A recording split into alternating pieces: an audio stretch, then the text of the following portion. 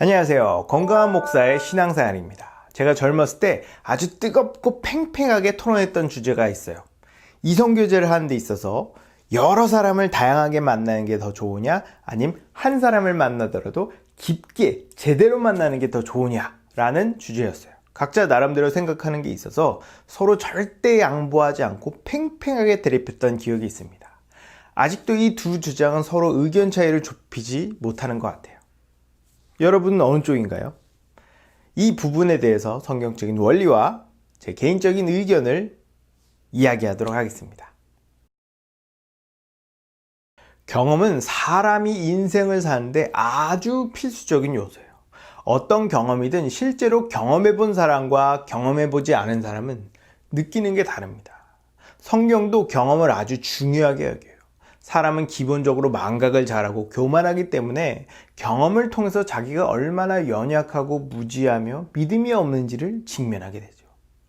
하나님은 아브라함을 부르셔서 그 후손을 이스라엘 민족으로 만들고 이집트에서 빼내 이스라엘 나라를 건국하셨어요. 이러한 과정 가운데 여러 우여곡절이 있었고 이스라엘 민족은 많은 경험을 했습니다. 하나님은 위대한 지도자 모세를 세우셔서 하나님의 말씀을 들려주고 엄청난 기적들을 경험하게 해줘요. 이스라엘 민족은 이러한 하나님을 경험하고 하나님의 백성이 됐죠. 근데 그들은 하나님의 백성이 뭔지 몰라서 하나님을 원망하는 데서부터 시작해서 우상을 숭배하는 데까지 이르러요. 하나님은 자신의 본분을 망각한 이스라엘 민족을 여러 가지 사건으로 그들을 교훈하셨어요. 이런 경험들은 이스라엘 백성에게 반드시 필요한 것이었죠. 근데 문제가 있습니다. 이런 다양한 경험에도 불구하고 회개하고 돌이키는 사람은 많지 않았다는 거죠. 백성 대부분이 다시 하나님께 범죄하기 시작했어요. 그들이 하나님을 배신하면 하나님께서 그들을 심판하시고, 그러면 그들은 하나님께 용서를 구하고 하나님은 그들을 용서하십니다. 이런 배신, 심판, 회개, 용서라는 틀이 쳇바퀴 돌듯 수없이 반복됩니다. 회개도 그때뿐이지 시간이 지날수록 더 심하게 범죄하기 시작했어요. 여기서 우리가 알 수 있는 사실은 경험은 꼭 필요하지만 결정적이지 않다는 거예요. 경험을 많이 해도 그것을 통해 배우지 않는다면 경험은 오히려 우리의 감각을 더 무디게 만들어줍니다. 이스라엘 백성은 너무하다 싶을 정도로 자주 그리고 심하게 하나님을 배신하는데요. 그럼에도 불구하고 하나님은 이스라엘 백성을 포기하지 않으시고 끝까지 관계를 유지하십니다. 이런 하나님을 투영하는 선지자로서 호세아가 있는데요. 호세아는 창녀 출신 고멜이라는 여자를 만나 결혼합니다. 고멜은 남편인 호세아를 두고 수시로 바람을 피우고 음란한 행위를 했죠. 이렇게 쾌락을 쫓다가 결국 사람들에게 이용당하고 버려졌어요. 그럼 호세아가 아내를 데리고 다시 집으로 데려옵니다. 법대로 하면 그 자리에서 돌로 쳐서 죽여야 되는데 호세아는 그러지 않았어요. 이처럼 하나님은 자신과 맺으신 관계를 쉽게 끊지 않으십니다. 그러나 이렇게 끈기 있게 오래 참으신 이유는 예수 그리스도로 이 문제를 해결할 수 있기 때문이었어요. 예수께서 이 땅에 오셔서 십자가에서 모든 것을 이루시자 죄로 인해 소망이 없던 자들이 완전히 회개하고 새롭게 거듭납니다. 그래서 결국 새롭게 거듭난 자들은 하나님과 화해하고 화목함을 이루게 되죠. 하나님은 예수 그리스도의 십자가 복음을 통해서 관계의 문제를 해결하려고 하셨어요. 그리고 이 복음은 실제로 관계의 문제를 해결합니다. 다양한 사람을 만나 넓게 경험하는 것이 더 이성교제를 잘하게 될까요? 아니면 한 사람을 만나더라도 깊게 경험하는 것이 더 이성교제를 잘하게 될까요? 이건 결코 단순하게 말할 수 있는 건 아닐 거예요. 폭넓은 게 좋다는 사람과 깊은 게 좋다는 사람은 나름의 장점과 단점을 가지고 있죠. 폭넓은 교제를 하면 뭐가 좋고 뭐가 나쁠까요? 장점이라고 하면 다양한 경험을 한다는 거예요. 세상에는 다양한 사람이 많죠. 우리나라에만 5천만 명이 살고 있고 그 중에 반은 남자고 반은 여자예요. 최고의 관계를 맺기 위해서는 나에게 맞는 사람을 만나야죠. 근데 아쉽게도 나도 나를 잘 모릅니다. 막상 어떤 상황에 놓여봐야 내가 이런 사람이라는 걸 깨닫는 경우가 많죠. 여러 사람을 만나보면서 내가 이런 사람이랑 잘 맞고 저런 사람과는 맞지 않는다는 것을 경험합니다. 넓은 이성교제를 추구하는 사람들은 이성교제가 나에게 맞는 사람을 찾아가는 과정으로 봐요. 그들에겐 누구를 만나느냐가 중요한 거죠. 근데 이런 교제는 위기에 아주 취약해요.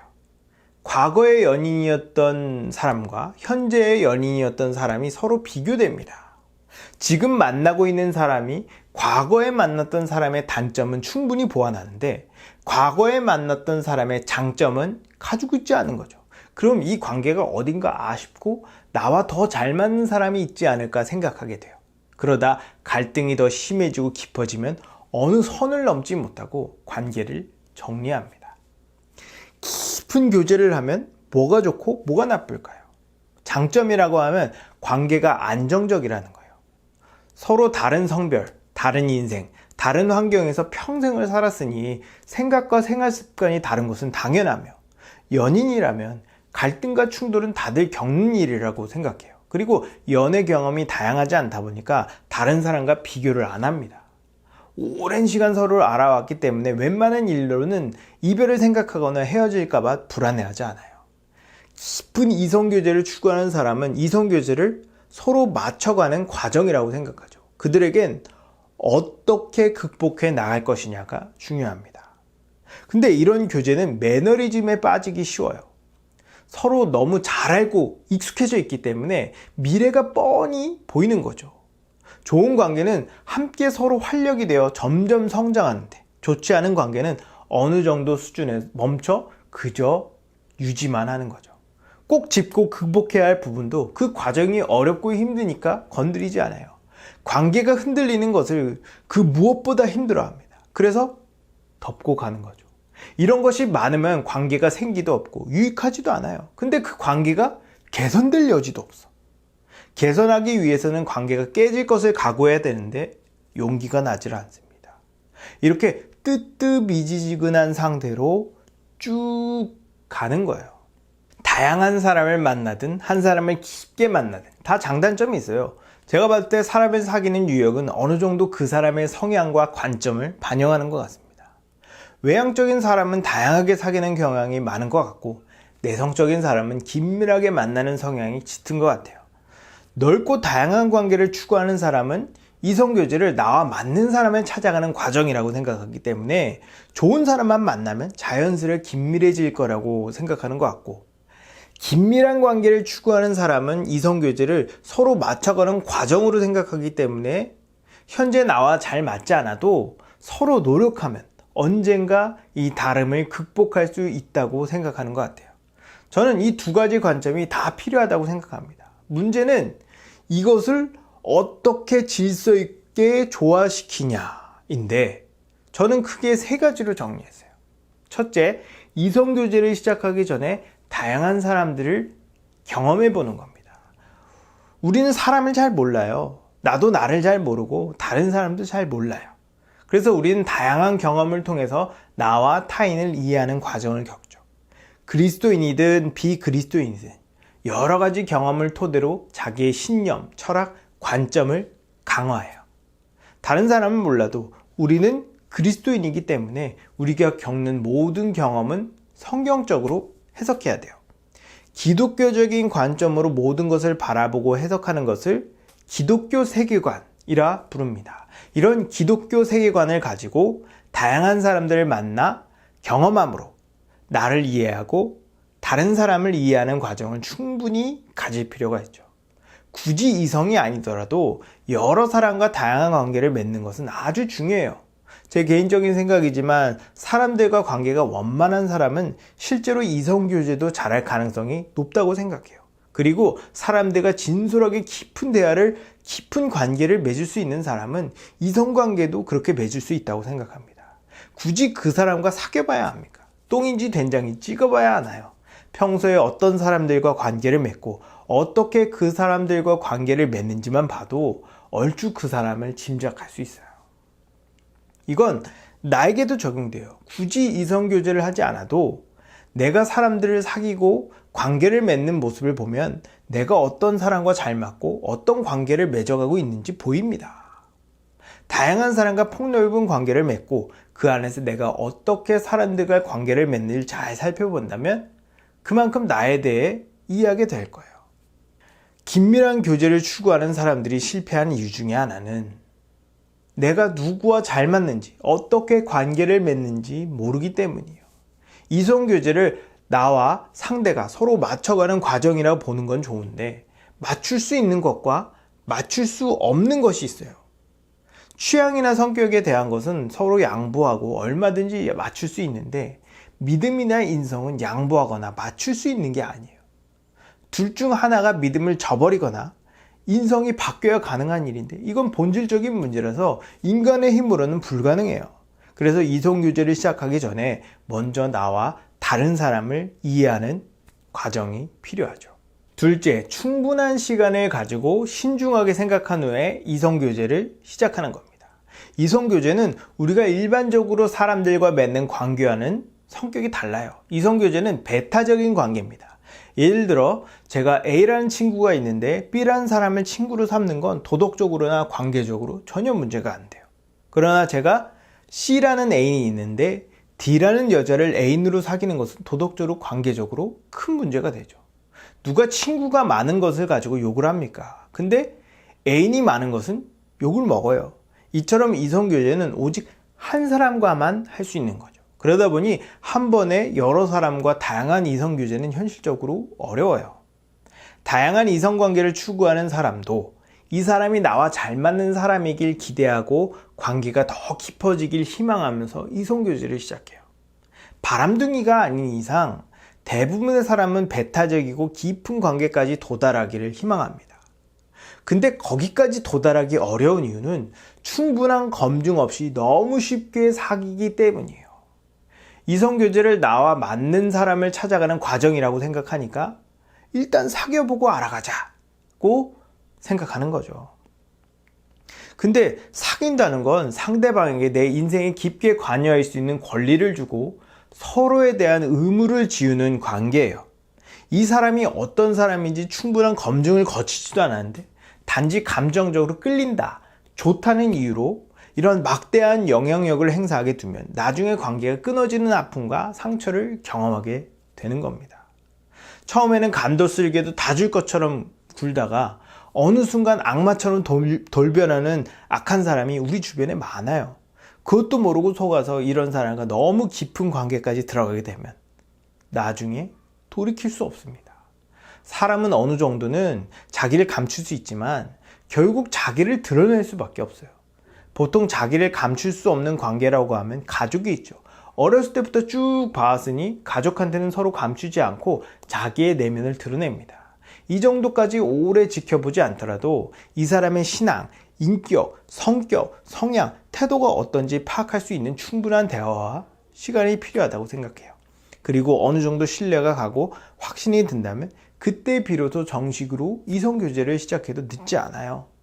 아무리 그 사람이 감정적으로 좋아도 나와 가장 긴밀한 관계를 맺을 사람이래 당연히 어떤 사람인지 신중하게 지켜봐야죠.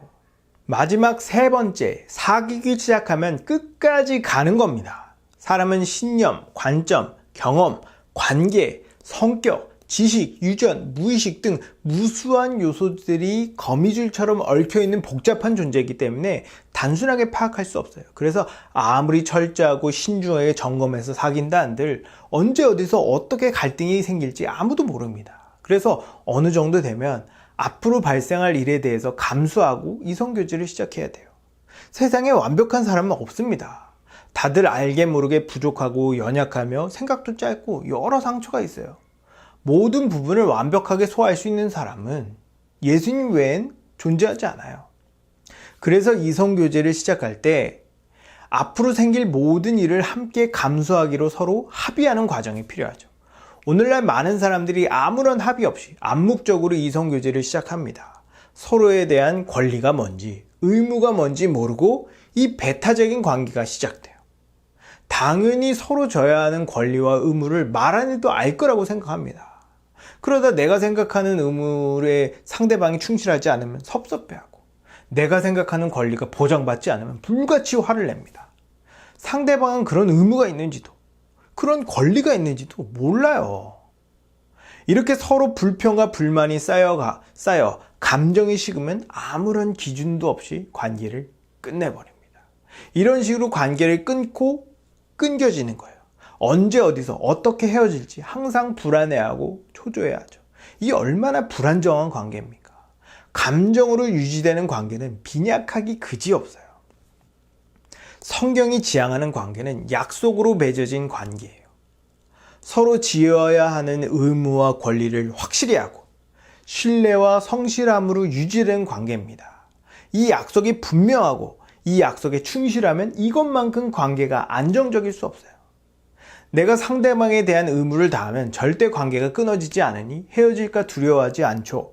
그리고 떳떳하고 당당하게 상대방에게 내가 누려야 하는 권리를 주장할 수 있습니다.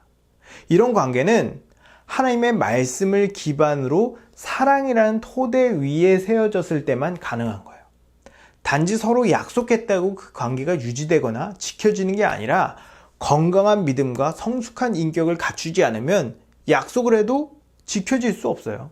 그래서 더더욱 사귀기 전에 이 사람의 신앙과 인격을 점검해야 하는 거죠.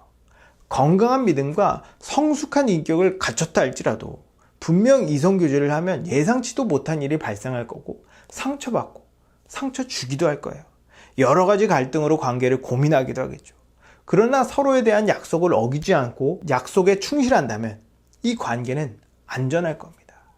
이러한 과정들을 거치면서 서로의 관계는 더욱 성장하고 성숙해지는 거예요. 매너리즘에 빠지는 것이 아니라 서로를 세우고 함께 성장하는 관계로 발전하게 되는 겁니다. 여러분, 다양한 사람과 폭넓게 만나는 것이 좋으냐, 아님 한 사람을 만났더라도 제대로 만나는 것이 좋으냐에 대해 저는 두 개 다 포기하지 않고 조화시켜야 한다고 생각합니다. 이성관계를 시작하기 전에는 다양한 사람과 폭넓게 관계를 맺는 것이 좋고, 일단 이성교제를 시작했다면 끝까지 가야 한다고 생각해요. 이성교제는 서로에 대한 권리와 의무가 있으며 배타적인 성격에 있어서 하나님과 우리와의 관계와 비슷해요. 하나님은 복음을 믿는 사람과만 특별한 관계를 맺는다는 점에 있어서 배타적이에요. 이 관계를 사랑과 희생, 오래 참음으로 끝까지 유지하시고 그리스도로 인해서 이 관계를 완성시킬 거예요. 우리가 하나님의 자녀고 하나님의 형상이라면 우리도 하나님처럼 사랑과 희생, 오래 참음으로 관계를 지켜나가야 하지 않을까요? 여러분 모두가 다양한 관계 안에서 사람 볼 줄 아는 안목을 키우고 좋은 사람 만나 끝까지 깊은 관계를 유지하는 여러분 되기 바랍니다. 감사합니다.